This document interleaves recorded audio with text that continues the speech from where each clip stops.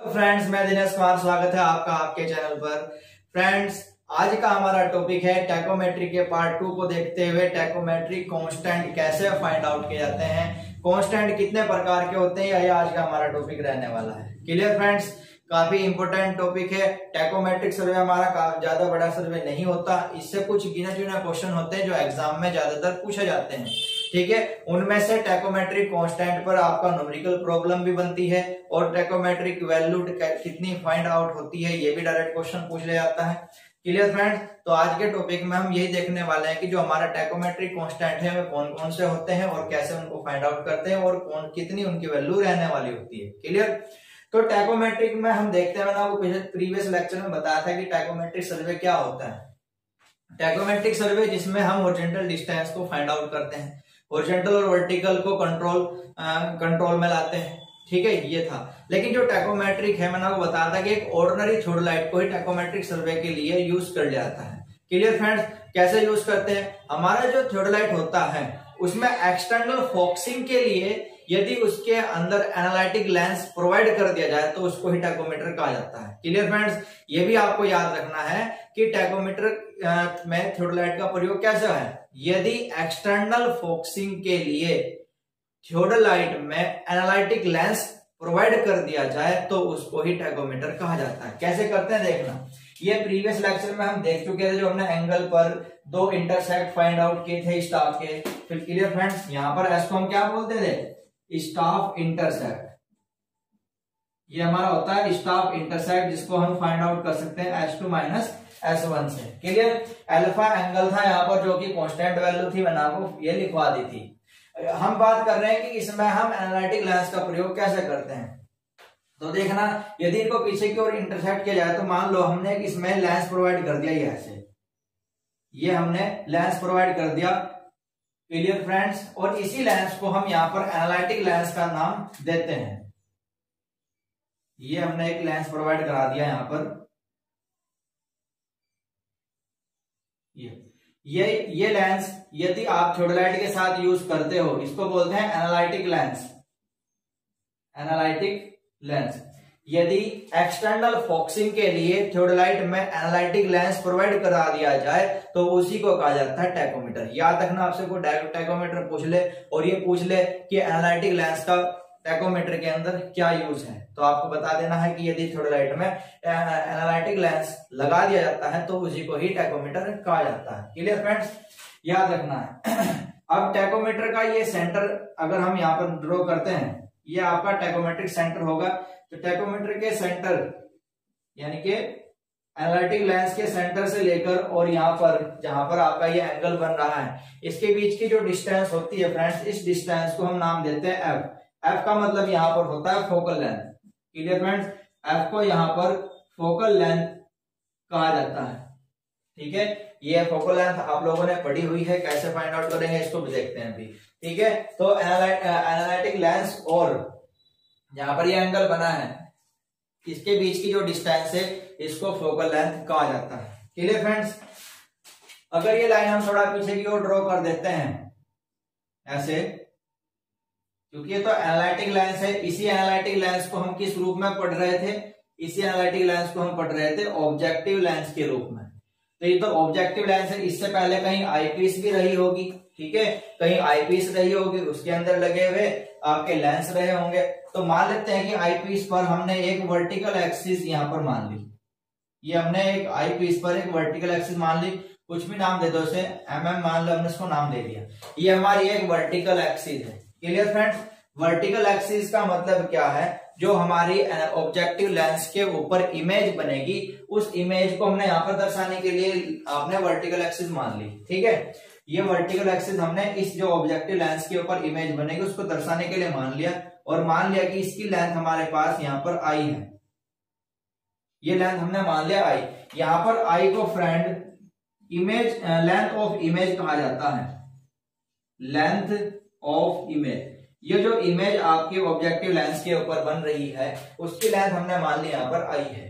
Clear, और ये मान लेते हैं कि इस वर्टिकल एक्सिस और एनालिटिक लेंस के बीच का जो सेंटर है ये भी डिस्टेंस हमने यहाँ पर मान ली डी है। क्लियर फ्रेंड, हमने यहाँ पर जो ये डी है, इस डी को बोलते हैं distance between vertical axis and analytic lens. Clear friend? Distance between vertical axis and analytic lens हमने ये स्मॉल डी मान दिया। तो एफ और डी आपके समझ में आया? क्लियर। और ये हमने प्रीवियस लेक्चर में पढ़ा था, इस वर्टिकल एक्सिस से लेकर और स्टाफ तक की जो डिस्टेंस होती है, ये इस डिस्टेंस को फ्रेंड हॉरिजॉन्टल एक्सिस का नाम दिया था हमने, हॉरिजॉन्टल एक्सिस। ये बना आपको हॉरिजॉन्टल एक्सिस या डिस्टेंस। मैंने ये आपको फॉर्मूला बता दिया था इसका निकालने का, ठीक है। प्रीवियस लेक्चर में हम फिक्स्ड हेयर मेथड का प्रयोग कर चुके थे और उसमें हॉरिजॉन्टल डिस्टेंस को फाइंड आउट कर चुके थे। Clear friends? Coat alpha by 2 का जो हमने प्रयोग किया था। तो ये था हमारे पास अरेंजमेंट। अब इस अरेंजमेंट में जो जो सिंबल यूज होने वाले हैं ये मैंने आपको बता चुका है, ये क्या है, ठीक है। आई को यहाँ पर इमेज की लेंथ बोल दिया गया है, डी हमारे पास वर्टिकल एक्सिस और आपका जो एनालिटिक लेंस के बीच की जो डिस्टेंस है उसको हमने स्मॉल डी मान लिया, एफ फोकल लेंथ है। Clear friend? याद रखना है। अब इस फोकल लेंथ को फाइंड आउट कैसे करते हैं? एक हमारे पास एक सिंपल फॉर्मूला होता है, आपको याद रखना है। इसको नोट करना पहले।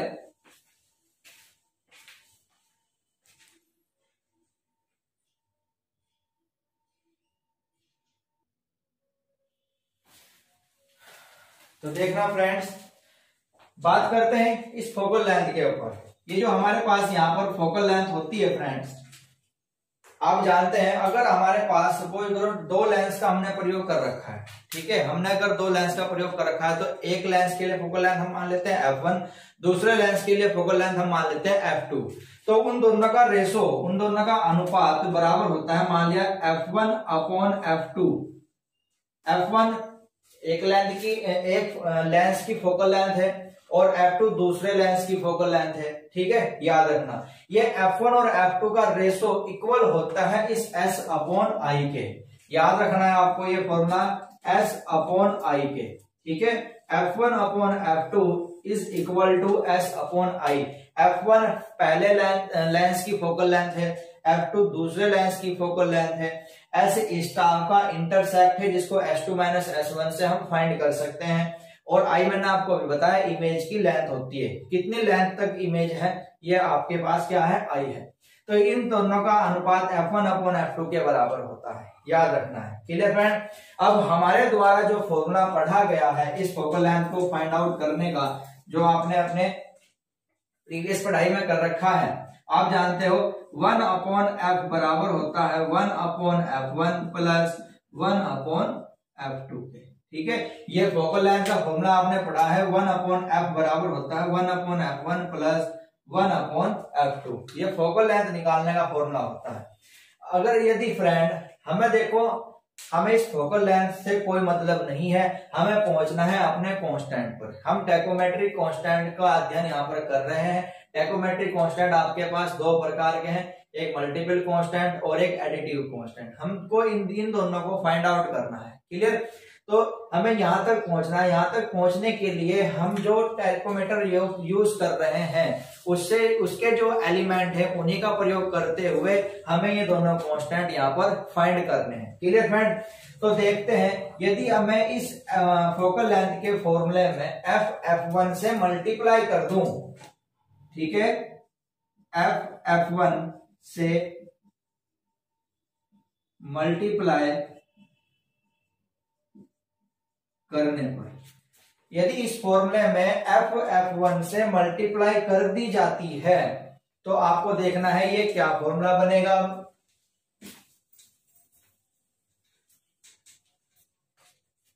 तो इस फॉर्मूले में यदि फ्रेंड f1 से मल्टीप्लाई कर दी जाए तो देखो f1 इंटू 1 अपॉन f बन जाएगा ना, f1 इंटू 1 अपॉन f बराबर f1 into 1 upon f1 plus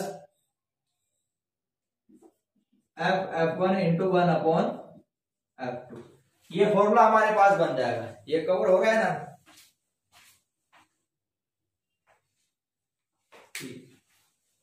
तो ये फॉर्मूला हमारे पास यहां पर बनता है। अब देखो आप इससे ये F से F कैंसिल हो जाएगा, यहाँ पर आपके पास बचेगा F1, इधर F1 से F1 कैंसिल हो जाएगा, यहाँ पर हमारे पास बचता है ये F प्लस हमारे पास ये सेम रहेगा F1 अपॉन F2। अभी हमारे पास ये फॉर्मूला निकल के आ रहा है F1 अपॉन F2।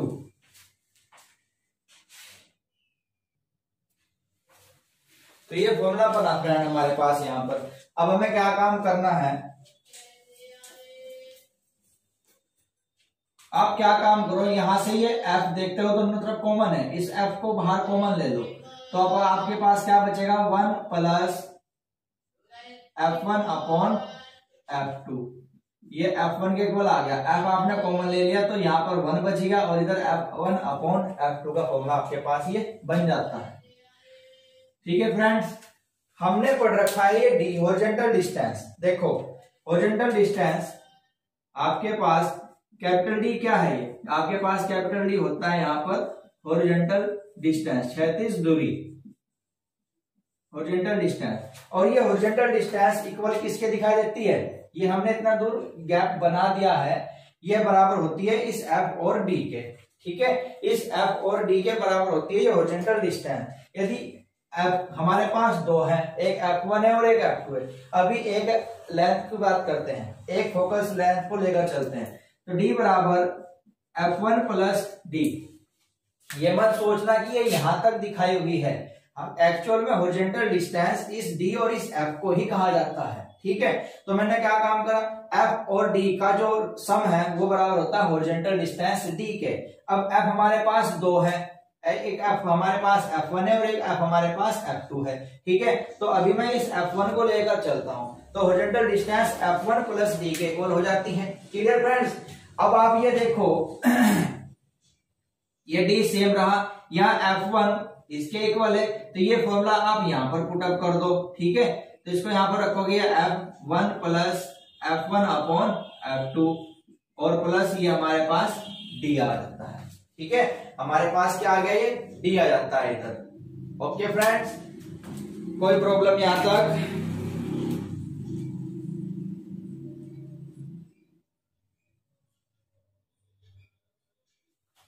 ठीक है, तो देखो फ्रेंड्स, यदि वापस हम इसकी मल्टीप्लाई अंदर करें तो ये बन जाएगा F plus F1 upon F2 plus D।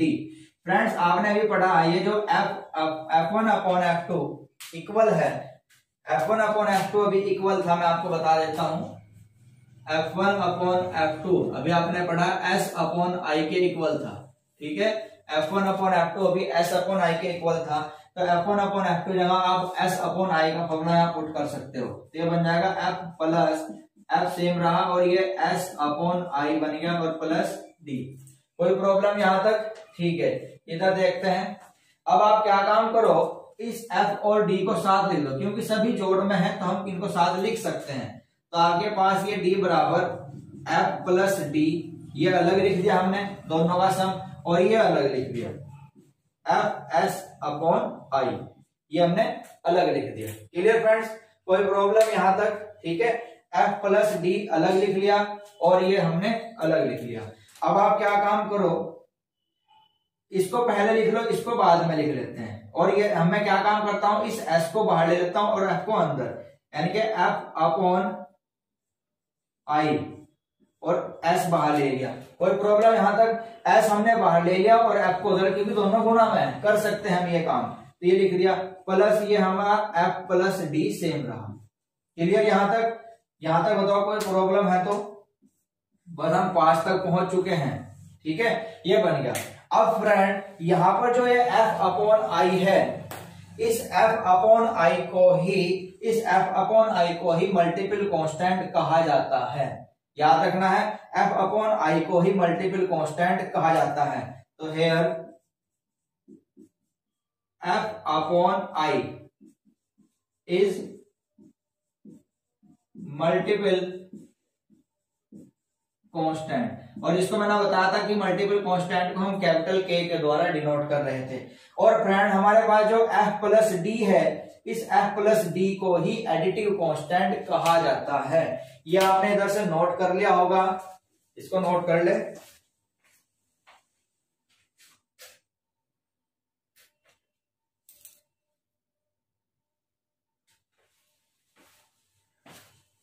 ठीक है फ्रेंड, तो यहाँ एफ अपॉन आई को मल्टीपल कांस्टेंट कहा जाता है। ठीक, मैं इसको रफ कर देता हूं।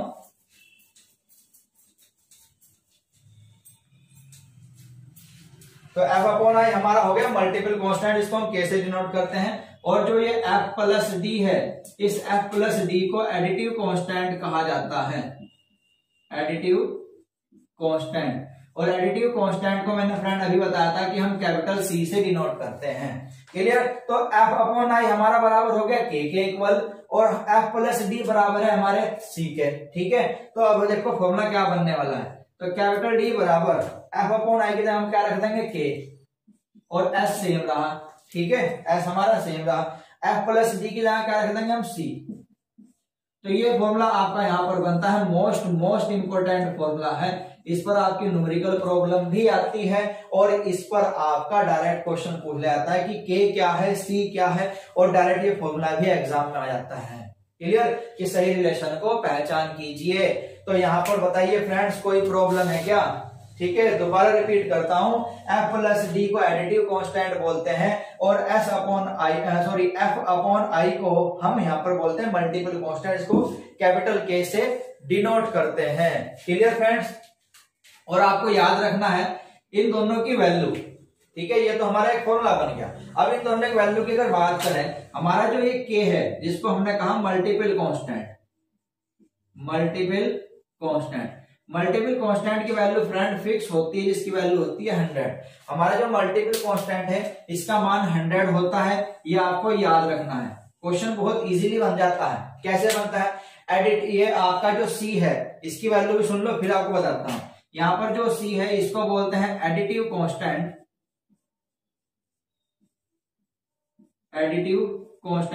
और फ्रेंड इसकी वैल्यू हमारे पास, सी का जो वैल्यू है हमारे पास ये होता है 0। सी की वैल्यू हमारे पास फ्रेंड 0 रहती है एक एनालिटिक लेंस के लिए। हमने अभी बताया कि जो हमारे पास एक्सटर्नल फोकसिंग के लिए थ्योडोलाइट में एनालिटिक लेंस प्रोवाइड कर दिया जाता है, जिसको टैकोमीटर बोलते हैं। तो एनालिटिक लेंस के लिए सी का मान 0 होता है। इसको मैं लिख देता हूं फॉर एनालिटिक लेंस, तो एनालिटिक लेंस के लिए सी की वैल्यू होती है 0। और वैसे सी का मान हमारे पास एक और होता है 20 से 25%। सी की वैल्यू हमारे पास 20 से 25 सेंटीमीटर, 20 से 25 सेंटीमीटर होती है for normal lens. Clear friend, तो नॉर्मल लेंस के लिए एडिटिव कांस्टेंट 20 से 25 सेंटीमीटर होता है, और एनालिटिक लेंस के लिए आपका सी 0 होता है। क्लियर फ्रेंड, ये याद रखना है। अब हमें तो यही बताया गया है कि हमारा जो एक्सटर्नल फोकसिंग के लिए हम थ्योडोलाइट में एनालिटिक लेंस लगाते हैं, तो एनालिटिक लेंस ही आपको क्वेश्चन में दिया जाएगा, और एनालिटिक लेंस के लिए सी कितना आ जाता है 0। तो ये तो वैल्यू होगी आपकी 0। तो केवल और केवल आपको एक ही पॉइंट क्वेश्चन में मिलेगा, और वो मिलता है स्टाफ इंटरसेप्ट। स्टाफ इंटरसेप्ट की वैल्यू आपको दे रखी होती है, और आपसे हॉरिजॉन्टल डिस्टेंस पूछी जाती है। क्लियर फ्रेंड्स, मान लेते हैं आपको क्वेश्चन के एक एग्जांपल के रूप में बताऊं, एक एग्जांपल के रूप में बता दे कि एक स्टाफ इंटरसेप्ट आपको 0.75 मीटर दे दिया, और आपसे हॉरिजॉन्टल डिस्टेंस पूछी जाती है एनालिटिक लेंस के लिए। तो फ्रेंड्स आप जानते हो कि एनालिटिक लेंस के लिए सी हमारा हो जाता है 0। ठीक है, तो हॉरिजॉन्टल डिस्टेंस कितनी जाएगी, डी बराबर के एस प्लस सी। अब के आपका कितना होता है, के का मान होता है हमारे पास 100, और एस का मान आपको क्वेश्चन में दिया 0.75, और ये होता है 0। तो ये आपके पास 75 मीटर आपका आंसर आ जाता है। इस टाइप से क्वेश्चन आपको दिया जाएगा। तो हमारे लिए ये क्वेश्चन के पर्पज से भी इंपोर्टेंट है, डायरेक्ट भी इंपोर्टेंट है, और वैल्यूज तो बहुत पूछी जाती है एग्जाम में, वैल्यू के पर्पज से भी इंपोर्टेंट है। और दूसरा पॉइंट हमारे पास पूछा जाता है, हमारा जो इनका रूप है, इनका रूप फ्रेंड कैसा, इनका रूप देखना, ये इनका रूप है। आपने भी पढ़ा कि एडिटिव कांस्टेंट सी है, बट एडिटिव कांस्टेंट सी हमने कहा किसे, हमने एफ प्लस डी को एडिटिव कांस्टेंट कहा। तो ये एफ प्लस डी की बताइए इनमें से एडिटिव कांस्टेंट कौन सा है, तो एफ प्लस डी को एडिटिव कांस्टेंट बोलते हैं। दूसरा आपने भी मल्टीपल कांस्टेंट पढ़ा के, जिसको हमने किस रूप में लिखा, एफ अपॉन आई के रूप में लिखा। ठीक है। एफ अपॉन आई को हमने के कहा था, तो एफ अपॉन आई क्या है आपका मल्टीपल कांस्टेंट है। तो मल्टीपल कांस्टेंट और एडिटिव कांस्टेंट की वैल्यू भी आपसे पूछी जा सकती है। आपसे बस ये डाटा दे देगा और डायरेक्ट इनमें से कोई सा भी मान आपसे पूछ लिया जाएगा। क्लियर फ्रेंड, तो यहां तक कोई डाउट है आज के इस टॉपिक में बताइए। ठीक है, तो ये था हमारा टेकोमेट्रिक कांस्टेंट कैसे फाइंड करते हैं, क्या क्या इनकी वैल्यू होती है। ठीक है, नेक्स्ट वीडियो में हम इसके बचे हुए सिस्टम्स को कवर करेंगे। टेकोमेट्रिक सिस्टम हमारे चल रहे थे जिसमें हमने स्टाडिया मेथड पढ़ा था, जिसमें फिक्स्ड हेयर मेथड और लूज हेयर मेथड था। ठीक है, और हमारा नेक्स्ट था टेंजेंशियल मेथड, ये मेथड हम कवर करेंगे। और कुछ इससे निकलने वाली प्रॉब्लम्स, न्यूमेरिकल प्रॉब्लम्स क्या होंगी वो भी हम पढ़ने वाले हैं। क्लियर फ्रेंड, तो आज के टॉपिक में इतना ही है रखना है, और वीडियो को ज्यादा से ज्यादा शेयर करें, लाइक करें और चैनल को सब्सक्राइब करना ना भूलें। और जिसने ये इस टॉपिक से पहले टेकोमेट्री के फर्स्ट लेक्चर को नहीं लिया है तो इसको समझने से पहले आप टेकोमेट्री के फर्स्ट टॉपिक को कवर करें ताकि ये अच्छी तरीके से आपकी समझ में आए। क्लियर फ्रेंड, तो आज के लिए इतना ही, धन्यवाद।